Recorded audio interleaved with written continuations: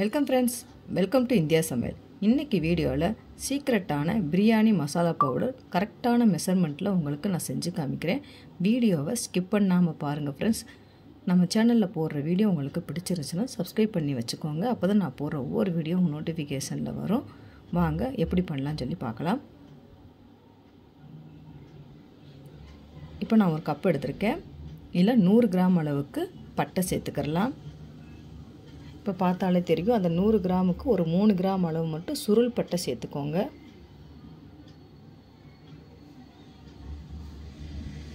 இந்த சுருள் பட்டை இது வந்து வாசனையாக இருக்கும், இதை சேர்த்துக்கலாம்.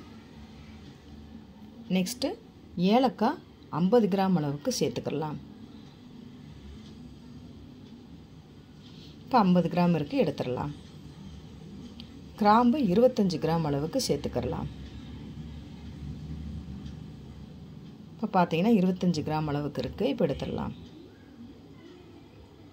ரோஸ் பெட்டல் வந்து 4 கிராம் அளவுக்கு மட்டும் போதும், அதிகமாக வேண்டாம்.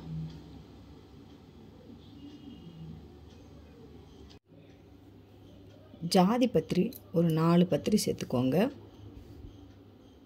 ஜாதிக்காய் அரை ஜாதிக்காய் போதும். மராத்தி மூக்கு 4, அன்னாச்சி பூ சின்ன பூவாக இருக்கனால ஒரு 5 பூ எடுத்துக்கலாம். கல்பாசி ஒரு 3 கல்பாசி அளவுக்கு எடுத்துக்கோங்க. 7 பிரியாணி இலையை சேர்த்துக்கலாம். விதை மல்லி 2 டீஸ்பூன் அளவுக்கு சேர்த்துக்கலாம்.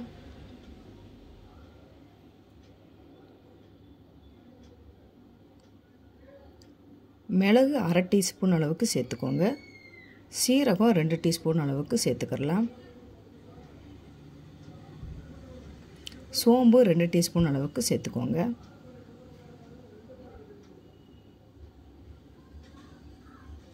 வரமிளகா 7 மிளகா சேர்த்துக்கலாம். இப்போ ஒரு கடாயில் பட்டை சேர்த்துக்கலாம். லைட்டாக வறுத்துக்கிட்டால் போதும், அதிகமாக வறுக்க தேவையில்லை.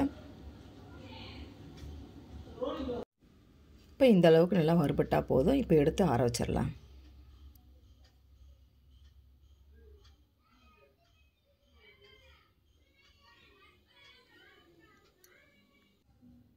இப்போ நெக்ஸ்ட்டு ஏலக்காவை சேர்த்துக்கலாம். இப்போ ஏலக்காய் சேர்த்துட்டு லைட்டாக ஒரு வாசனை வந்த அளவுக்கு போதும், ரொம்பவும் வறுக்கக்கூடாது. பச்சை ஏலக்காய் இருக்கனால கொஞ்சம் வறுத்துக்கலாம். இப்போ இந்த அளவுக்கு வறுபட்டுச்சு. இதோடைய கிராம்பையும் சேர்த்துக்கலாம். இப்போ கிராம்பை சேர்த்துட்டு ஒரு 2 நிமிஷம் வறுத்துக்கிட்டால் போதும். இப்போ இதை எடுத்து ஆற வச்சிடலாம்.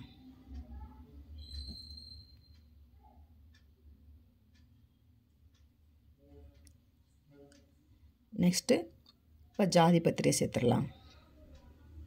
ஜாதிக்காய், மராத்தி மூக்கு, அன்னாச்சிப்பூ, கல்பாசி,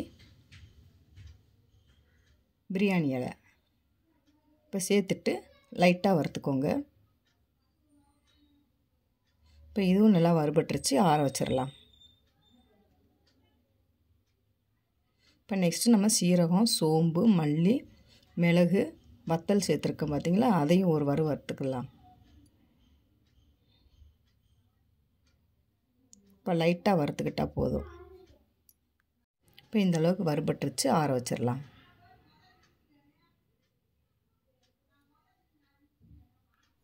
இப்போ ரோஸ் பெட்டலை சேர்த்துக்கலாம். ஸ்டவ்வை வந்து ஆஃப் பண்ணிடுங்க. அந்த சூட்லேயே வந்து லைட்டாக வறுத்துக்கிட்டால் போதும். இப்போ எடுத்து ஆற வச்சிடலாம்.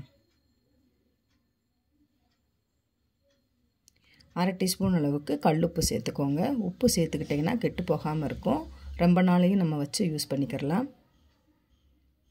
இப்போ மிக்ஸி ஜாரில் நம்ம பட்டையை சேர்த்துக்கிறலாம்.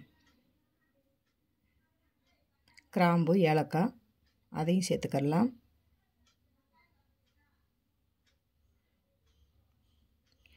நெக்ஸ்ட்டு இந்த சீரகம், மிளகு, சோம்பு அதையும் நம்ம சேர்த்துக்கலாம். இப்போ பிரியாணி இலை, ஜாதி மூக்கு, ஜாதி பத்திரி அதையும் சேர்த்துக்கலாம். இப்போ சேர்த்துட்டு நல்லா நைஸ் பவுடர் அரைச்சி எடுத்துகிட்டு வந்துடலாம். உப்பு ஆட் பண்ணிக்கலாம். இப்போ இந்த அளவுக்கு நல்லா நைஸாக அரைச்சாச்சு.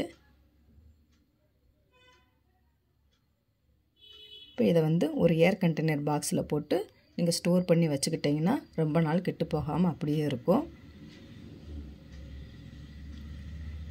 நீங்கள் 1/2 கிலோ அரிசி பிரியாணி அரிசி சேர்த்துக்கிட்டிங்கன்னா 1 டீஸ்பூன் அளவுக்கு சேர்த்துக்கோங்க. 1 கிலோவுக்கு 2 டீஸ்பூன் அளவுக்கு சேர்த்துக்கிட்டால் கரெக்டாக இருக்கும்.